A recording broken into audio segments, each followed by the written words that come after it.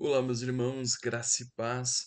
Sejam bem-vindos a mais essa aula do nosso curso de História da Igreja. E é um prazer tê-lo aqui conosco. Eu agradeço você que tem nos acompanhado nessa caminhada, que já rumamos para o final. Nós avançamos bastante aqui nas nossas temáticas e já estamos falando de uma história recente da igreja. Uma história que nós ainda vemos muito de perto, né? Ela acontecendo.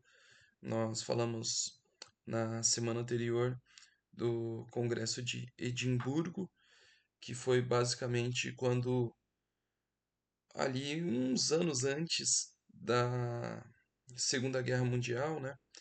Mais ou menos ali uns 20 anos antes, esses líderes eclesiásticos se reuniram buscando trazer para o seio da igreja uma consciência mais social.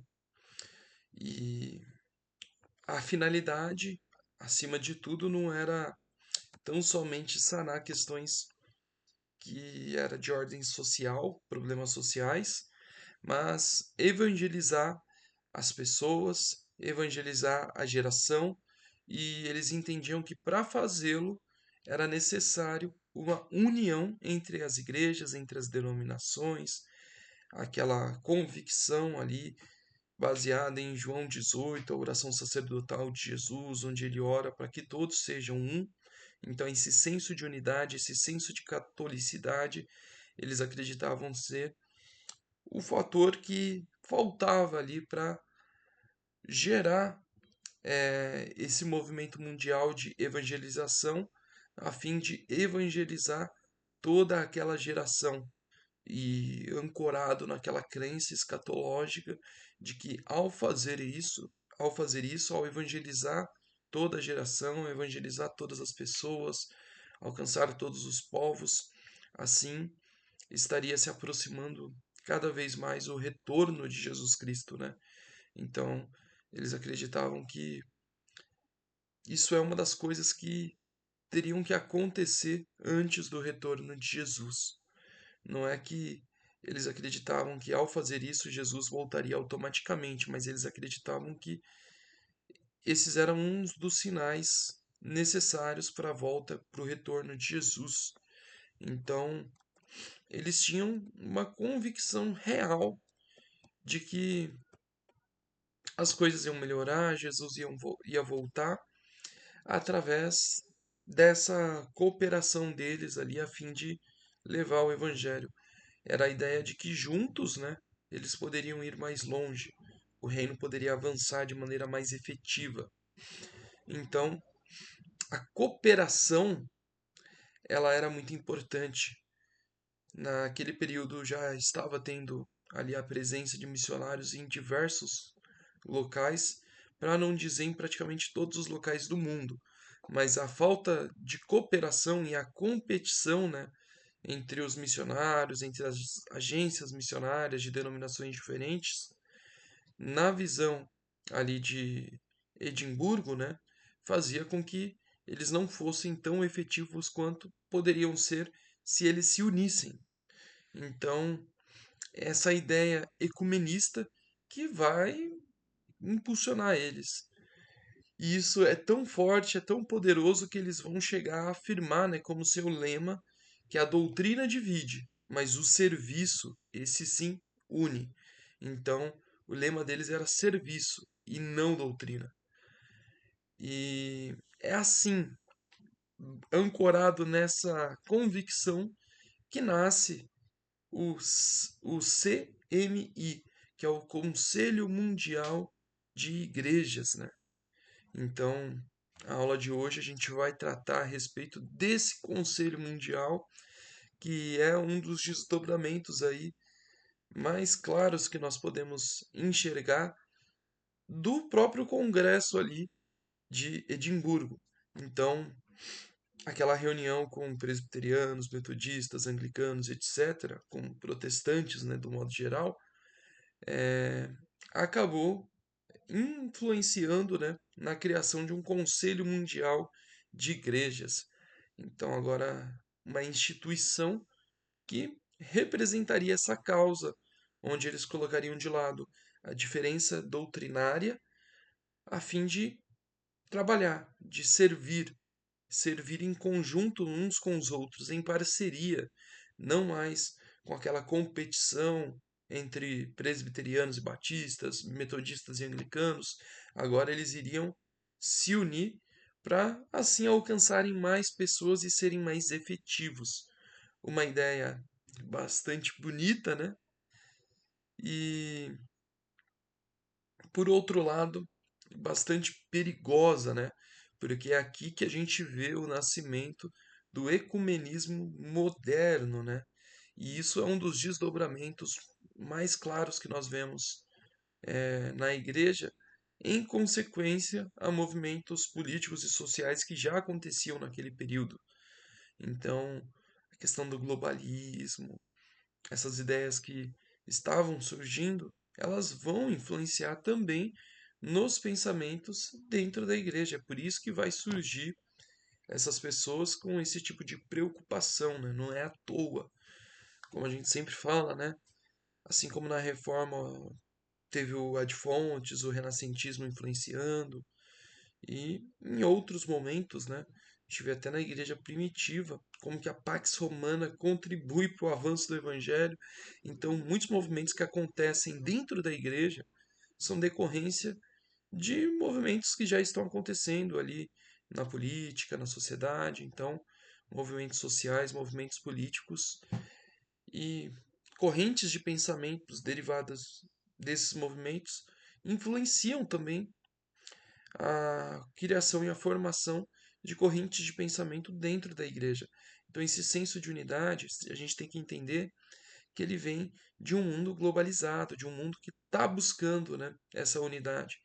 Nós vemos a organização ali da Alemanha, né, que eram vários condados e aquilo que restou ali do Império Bizantino, né? Então eles se unem e formam uma grande nação. A mesma coisa na Rússia, né? Então, eram vários estados ali separados, independentes, e eles se unem e formam uma grande nação. E, então, a gente vê que esse é um movimento que vem acontecendo já no mundo nesse período e a igreja não fica de fora. A igreja ela é influenciada também. Então, isso que nós vemos aqui na história da igreja, a criação do CMI, Conselho Mundial de Igreja, a organização de congressos como de Edimburgo, depois em outras aulas veremos o congresso no Panamá, né, falando mais a respeito da América do Sul. Tudo isso são desdobramentos em consequência de tudo isso que já vinha acontecendo no mundo, né? E é interessante a gente falar do Panamá, né? Eu não vou entrar ainda neste assunto porque é assunto para a aula que vem, mas o Congresso de Panamá ele vai basicamente retomar aquilo que foi tratado em Edimburgo, só que ele vai ser uma resposta a Edimburgo no sentido de que a América Latina ela foi excluída do mapa oficial dos missionários ali em Edimburgo, porque os delegados, especialmente ali os europeus, os anglicanos, eles não queriam ofender a Igreja Católica. Eles consideravam o hemisfério sul aqui do continente americano como uma área já alcançada.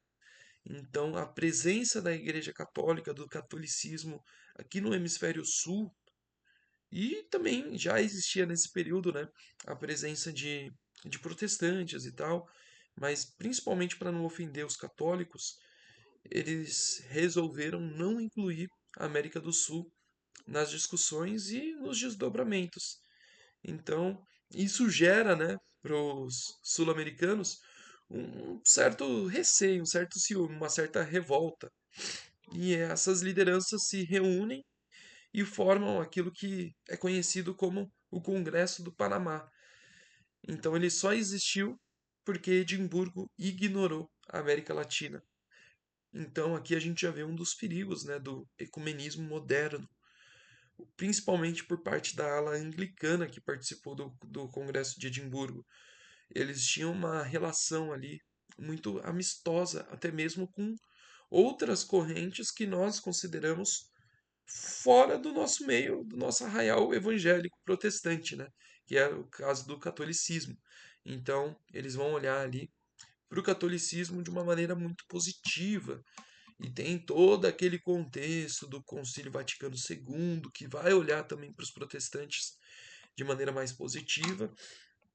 E a gente percebe que esses movimentos em busca de unidade, em busca de união, que já acontecia na política, né, no mundo inteiro, igual citei o exemplo da Rússia, o exemplo da Alemanha, isso vai ter consequências também dentro do protestantismo e dentro do próprio catolicismo, né? O concílio ali do Vaticano II é justamente uma prova, uma demonstração disso e vai ser um dos assuntos também que a gente vai tratar de maneira aí mais extensiva em aulas futuras, porque é um tema bastante importante também. Então, em tudo isso a gente vê na igreja, né, principalmente no âmbito missionário, uma mudança de mentalidade. Então, não é apenas ali uma visão de levar uma cultura, uma civilização, né, para os outros lugares ali não alcançados, mas é uma ideia de fato de evangelizar e de maneira ali muito integral levar tudo aquilo que é necessário para as pessoas, hum, concernente às questões sociais, às necessidades físicas. Então eles buscavam suprir isso e levar o evangelho. O evangelho era a ideia principal ali, pelo menos de início, né? Há algumas extrapolações, né? Vão surgir alguns movimentos aí que vão focar mais no social e esquecer um pouco a parte religiosa, né? Mas isso aí é mais no futuro. Aqui no início eles tinham essa consciência social sem deixar de lado o evangelho como ideia central. E outra questão, né, que Edimburgo tratou, né, é que as igrejas que foram plantadas em países, por exemplo, China, Brasil, Índia, eles deveriam ser liderados por lideranças locais e não por estrangeiros. Um dos erros, né, dos missionários que plantaram o presbiterianismo aqui no Brasil foi continuar eh, liderando a igreja aqui no Brasil. Isso só gerou revolta, gerou cisma. Por exemplo, se os missionários americanos eles tivessem tido essa consciência que os caras lá em Edimburgo tiveram, né, de chegar à conclusão de que as igrejas ali que foram plantadas em países deveriam ter lideranças locais, elas deveriam ter uma independência, talvez a gente não teria divisão entre Igreja Presbiteriana Independente e Igreja Presbiteriana do Brasil, porque o principal ponto de discordância, de divergência, é a questão dos missionários americanos terem ali um peso maior do que os próprios líderes locais. Por quê? Eles faziam parte do presbitério lá nos Estados Unidos e votavam, né? Tinham direito a voto no sino daqui no Brasil, e eles tinham também uma cadeira no sino do Brasil, então eles votavam dobrado. Então a influência deles era dobrada, né? E como eles foram os plantadores, né? Eles achavam que eles deveriam continuar mandando. Eles não tiveram essa visão de que ao plantar o trabalho, ao ele se desenvolver, a semente germinar e gerar os seus frutos, de que a igreja brasileira ela tinha condições de andar com as suas próprias pernas, né? Então, essa falta de feeling dos missionários americanos ocasionou muitos problemas, e isso tratando só de nós presbiterianos, né? Aqui o Congresso de Edimburgo ele está tratando de missões de todas as denominações. E a gente vê que nesse ponto eles têm muita razão. Os caras estão redondamente é, corretos, né? Então, tem questões aí que são bastante positivas. E esse Congresso de Edimburgo vai ser o antecedente aí que vai ocasionar o surgimento do Conselho Mundial de Igrejas, né? Esse choque missionário, né? Principalmente ali os conflitos que ocorriam na Ásia, na África, eles perceberam que Cristo estava sendo dividido em nosso meio, né? Essa foi a conclusão dos caras. Então eles pensaram como podemos pregar o Evangelho, essa mensagem de salvação, essa mensagem do amor de Deus, se as igrejas nem se conversam entre si, se elas nem se comunicam entre si, se elas não têm um diálogo entre si, se elas não têm ali um conselho que reúna suas lideranças para conversar acerca do trabalho missionário, acerca do avanço do evangelho do reino de Deus, aquela visão de que não é só a igreja presbiteriana, né, que faz parte ali do rebanho de Cristo, do corpo de Cristo, da igreja de Cristo, da igreja invisível, que outras pessoas de outras denominações compõem esse corpo. Então eles tinham essa visão mais humilde, né, acerca de si mesmos e buscavam essa catolicidade que em si ela não é ruim. Ela não é ruim. Ela está em conformidade com a oração sacerdotal de Jesus lá em João 18, né? E de fato, né, é vontade do Senhor que permaneçamos unidos, né? Deus não se agrada, né, de sectarismo, de você chegar a conclusões como muitos têm chegado em nosso meio, de que se a pessoa não for calvinista, se ela não for reformada, supralapsariana, cessacionista, 5 pontos, ela não é salva. Ela se torna um passapanista, né? Igual muitos dizem aí, e começa é,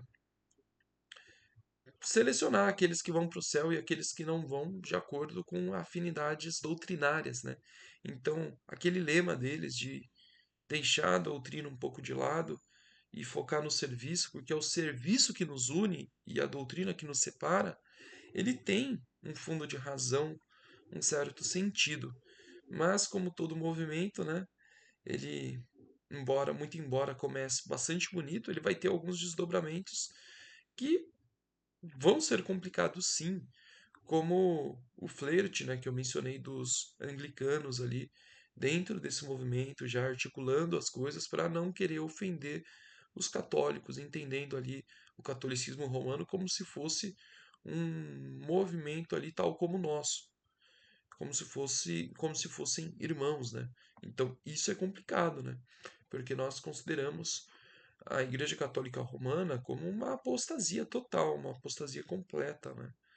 A nossa confissão de fé de Westminster ela vai chegar a colocar o Papa como sendo um tipo de anticristo, né?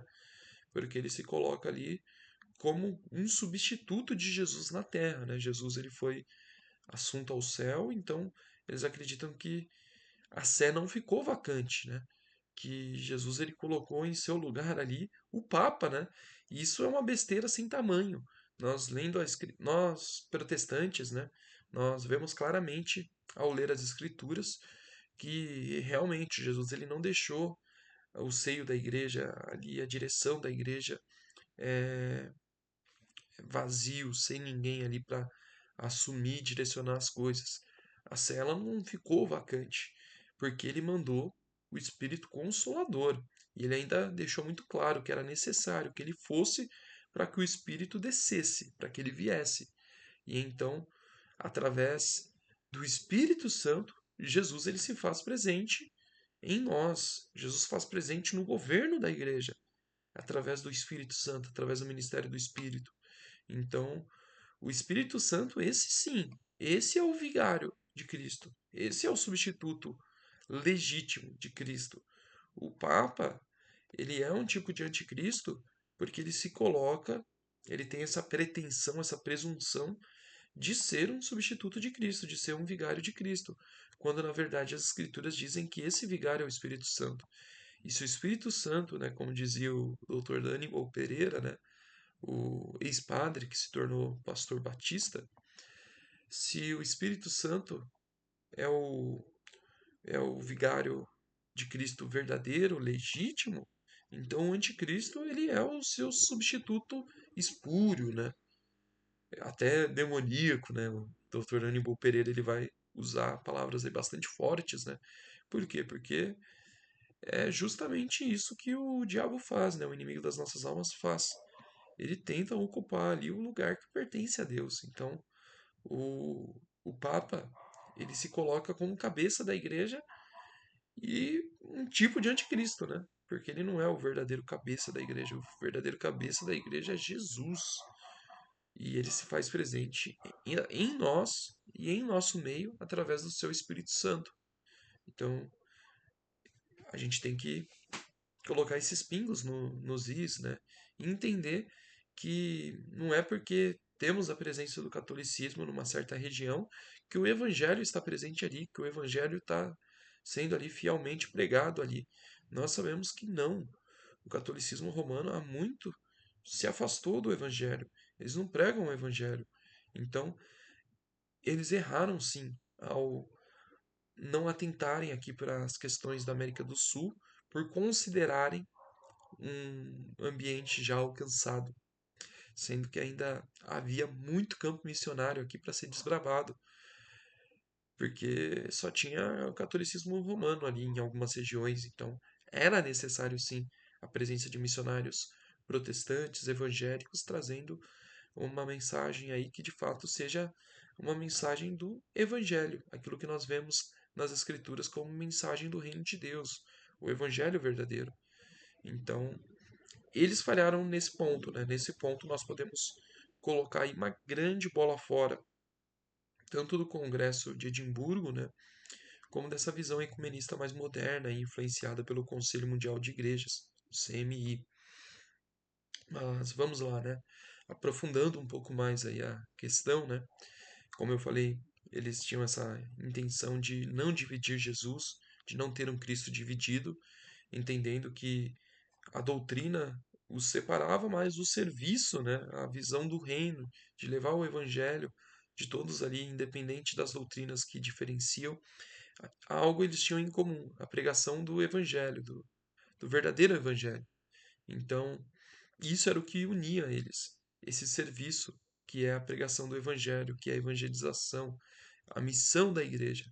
Então, eles queriam uma forma de pregar esse amor de Deus e demonstrar esse amor de Deus através da boa relação entre denominações diferentes. Então, eles queriam ser uma expressão viva do amor de Deus no seio da igreja, através dessa união, dessa unidade. E eles influenciaram e engajaram bastante a juventude.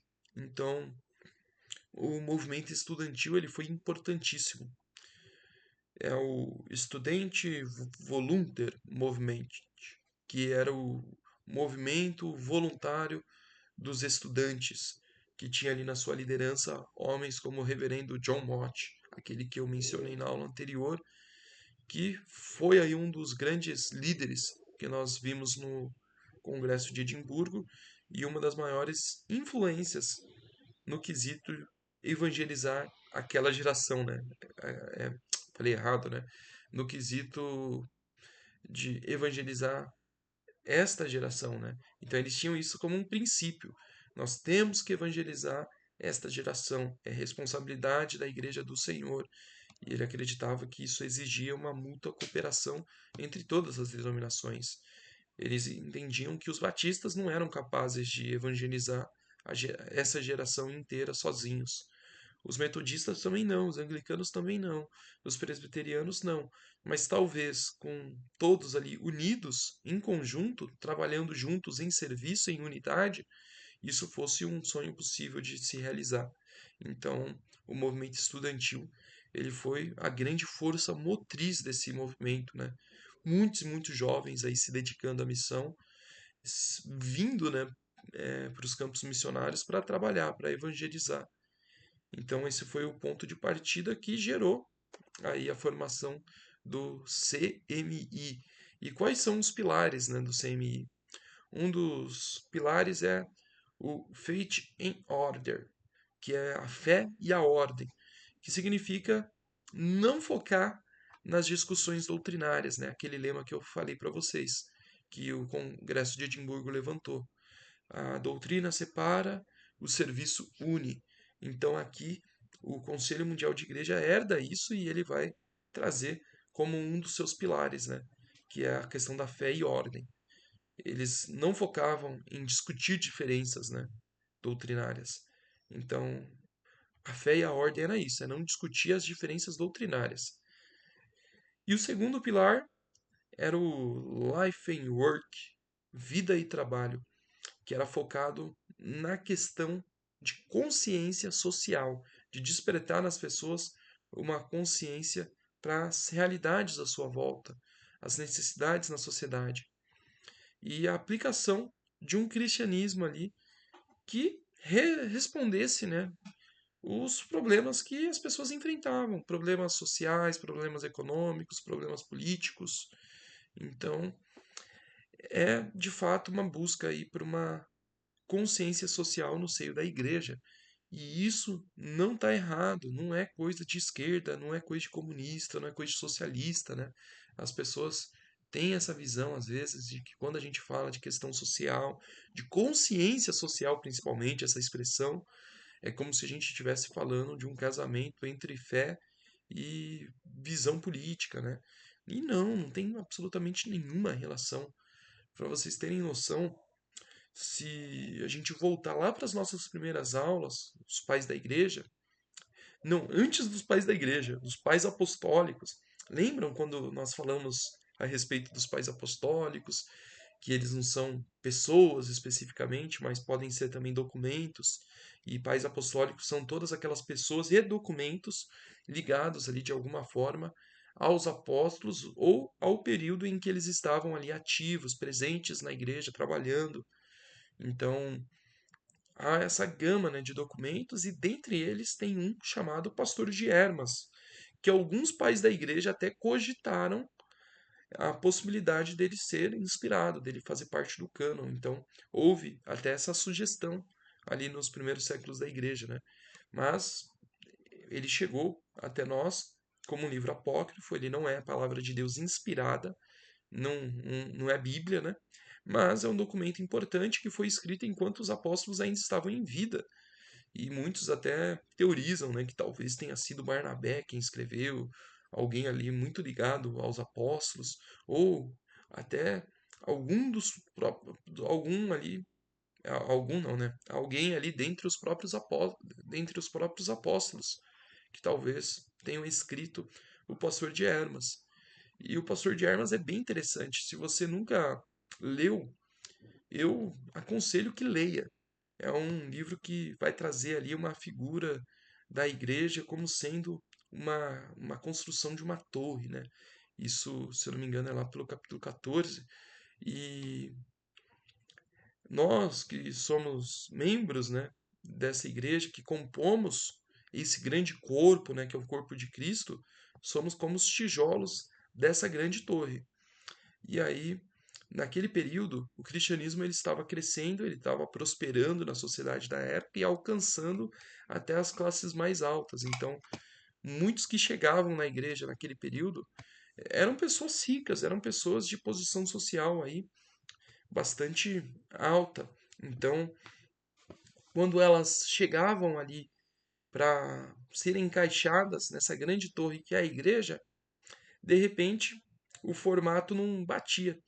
E o pastor de Armas vai dizer que as pessoas ricas elas tinham um formato mais arredondado e não encaixava, não conseguia encaixar, porque precisava ser um bloco reto, né?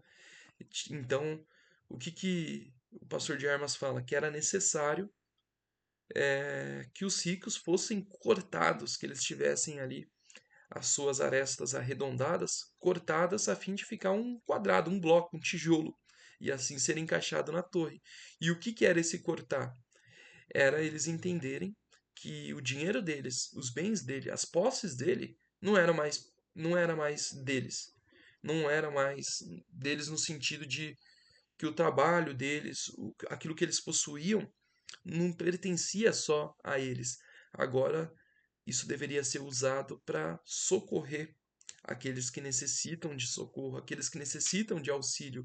Então, o pastor de Hermas, lá no finalzinho do século I, comecinho do século II, ele já estava tratando de uma questão de consciência social para os mais ricos que se convertiam e chegavam na igreja.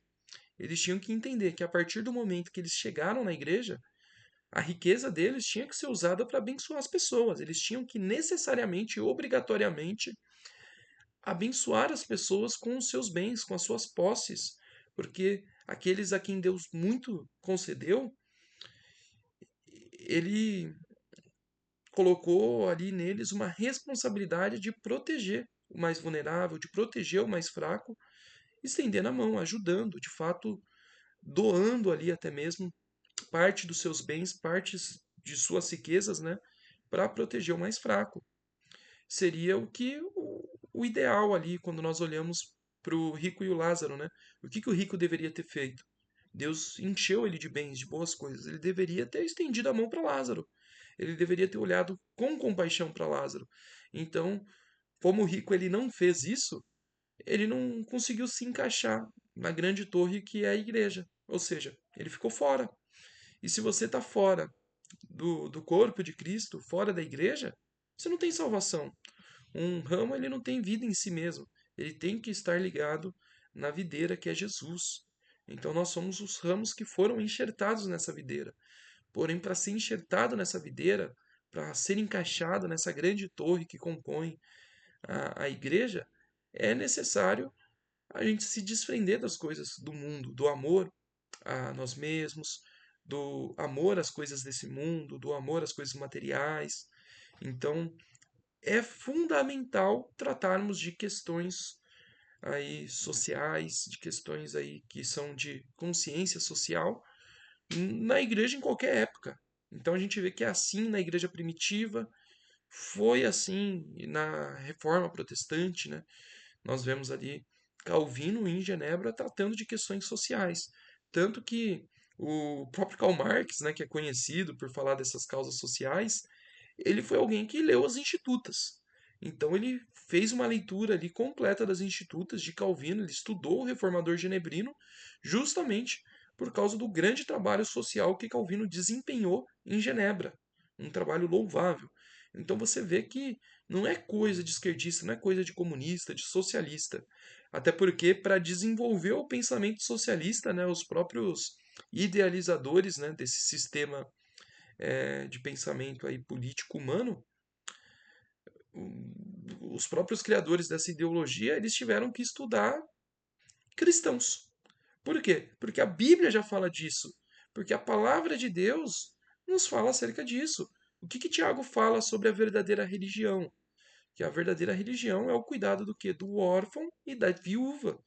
E isso é palavra de Deus, não é visão política, né? Então a gente tem que parar com essa bobagem de achar que isso é coisa de esquerda, que isso é questão política, é uma vergonha a gente achar que isso é uma coisa que o Estado deveria fazer. Não é. A Bíblia, a palavra de Deus, ela vai trazer a responsabilidade para nós. A partir do momento que você se converte, você tem que ter com isso uma consciência, né, mais social. Você tem que olhar para as coisas à sua volta, para o mundo à sua volta e enxergar as necessidades e vê isso como oportunidade de servir, oportunidade de serviço. Às vezes, serviço ali onde você mesmo se dispõe a fazer alguma coisa, ou quando você se dispõe a doar alguma coisa para abençoar alguém. Então, o lema, né, aqui do CMI, do Conselho Mundial de Igreja, é um lema bíblico, né? É um lema bíblico. Nós não devemos focar naquilo que nos separa mesmo, em discussões, em diferenças doutrinárias, né? A ponto de nos separar da comunhão. Não. O presbiteriano tem que ter comunhão, sim, com o batista, com o metodista, tem que ter comunhão até mesmo com a pessoa que é da Assembleia de Deus. Então, essa questão de comunhão, né, essa catolicidade dentro do contexto protestante é algo extremamente válido, né? E no início eles vão trabalhar assim. Você não tem a presença, né, aqui nesse Conselho Mundial de Igrejas, pelo menos inicialmente, de católicos, um ecumenismo mais moderno, como vai acontecer posteriormente. E o próprio Congresso de Edimburgo, né, como eu falei na aula passada, você não tem a presença de ninguém que não seja protestante. Então, é muito, é muito legal quando a gente olha com esse olhar mais positivo, porque a gente aprende muitas coisas através desses movimentos, né? E eles têm preocupações que são legítimas e que são preocupações bíblicas e que sempre foram tratadas no seio da igreja, como eu trouxe aqui para vocês, foram tratadas nos primeiros séculos da igreja, na igreja primitiva. Está lá no Pastor de Hermas, é só ler. O capítulo 14, o capítulo 17, pode procurar lá que vocês vão encontrar. O Pastor de Hermas você acha facinho, tem domínio público aí na internet. Então, eu recomendo demais a leitura porque nós precisamos dessa consciência. E se não quiser olhar uma fonte ali patrística, né, mais primitiva, pode olhar o trabalho que Calvino desempenhou em Genebra. Tem lá aqueles livros de Calvino e o cuidado social, Calvino e a política, toda aquela série da cultura cristã sobre Calvino. Se você for ler aquilo, você vai perceber que Calvino ele atuou de maneira muito efetiva, né, nesse âmbito social, nessas questões sociais. Por quê? Porque João Calvino teve consciência social e de maneira muito assertiva ele conseguiu ali transformar a realidade social de Genebra. Então, nós vemos aí que a nossa própria tradição está a favor disso. Então, a gente não pode olhar para esse tipo de movimento com desconfiança, falando: ah, é uma porcaria, isso está trazendo uma política, uma visão humanista para dentro da igreja, né? Uma visão socialista, uma visão comunista. Esse tipo de ignorância só nos faz ficar acomodados e não fazer absolutamente nada, enquanto a Bíblia, a palavra de Deus, nos manda agir, nos manda fazer, nos manda ter, né, essa consciência mais social. Então, a consciência social é basicamente aquilo que a Bíblia chama de serviço, aquilo que a Bíblia chama de amor. Então, a gente tem que expressar o serviço, temos que ter um forte trabalho aí de diaconia, e diaconia não é só para os nossos. E esse é um dos erros, né, que as pessoas cometem hoje em dia, de achar que diaconia é só para sustentar os nossos e só membros da igreja. Não. A diaconia ela se estende para tudo. E não é só os ministros ali que são. Os ministros não, né? As pessoas que são ordenados diáconos que exercem essa questão da misericórdia, do serviço, né? Tanto que Calvino ele vai falar nas Institutas que a diaconia de serviço, né, de misericórdia, ela é muito mais efetiva quando realizada pelas mulheres. É uma coisa que Calvino trata nas Institutas. É por isso que você vê, por exemplo, um exemplo que a gente tem muito claro, né, da presença de mulheres atuando nesse âmbito. Na Igreja Católica, você olha para aquelas mulheres que são freiras, que têm aquela vida ali voltada para a misericórdia, voltada para o serviço, para a ajuda do pobre, elas trabalham ali de forma muito efetiva, né? A gente tem aí grandes figuras dentro do catolicismo romano que desempenharam um papel social muito importante e geralmente essas figuras são figuras femininas. Quando nós olhamos para a nossa igreja, né, a presbiteriana, o que a gente tem de mais poderoso em termos de sociedade interna é o quê? É o PH? Não, é a SAF, é a Sociedade Auxiliadora Feminina. Então, as mulheres, elas são grandes auxiliadoras, principalmente nessa questão aí de exercer o dom da misericórdia, do serviço. Então, há um aspecto de diaconia de serviço em que as mulheres elas têm essa não vou dizer nem essa preferência, né? Porque isso é obrigação também para os homens. É até vergonhoso os homens não desempenharem um papel tão bom quanto as mulheres têm feito. Mas elas têm feito esse trabalho, nós temos visto isso, inclusive na IPV, né? Muito embora não tenha a ordenação de diaconisa, né? Isso nós não cremos, né? Que exista uma ordenação de diaconisa ali como oficial ordenado, mas a gente acredita que tem uma diaconia de serviço que as mulheres podem servir. Tanto que a gente tem a SAF e temos também ali na IPV, na Igreja Presbiteriana de Valinhos, a presença de auxiliares de diáconos. ou seja, mulheres que podem auxiliar na diaconia da igreja. O que que isso é? É diaconia de serviço, que Calvino fala que com as mulheres é mais efetivo. Está lá nas institutas, é só ler. Então, isso está a favor da nossa tradição. E às vezes a gente quer ser tão tradicional que acaba extrapolando, indo contra a nossa própria tradição. E a gente não pode ser incoerente ao ponto de dizer que estamos sendo tradicionais ao ir contra a nossa tradição. A nossa tradição não é contrária a essas coisas, ela é a favor. Então, nós temos que olhar com um olhar mais positivo, sabe? E dentre os serviços, né, prestados aí no Conselho Mundial de Igreja, né, eu vou citar aqui os três principais que ficam aí como um legado, né, que é o combate ao racismo. Eles desenvolveram, né, o Programa de Combate ao Racismo, o PCR, que foi criado ali na década dos anos 60, que apoiou financeiramente e moralmente movimentos ali que buscavam a libertação e o combate ao apartheid, principalmente ali em países africanos, como a África do Sul. Então, esse é um dos desdobramentos aí mais importantes que nós vemos do Conselho Mundial de Igreja. Segundo, a ajuda humanitária, né? Eles criaram redes de apoio para refugiados e vítimas de desastres naturais.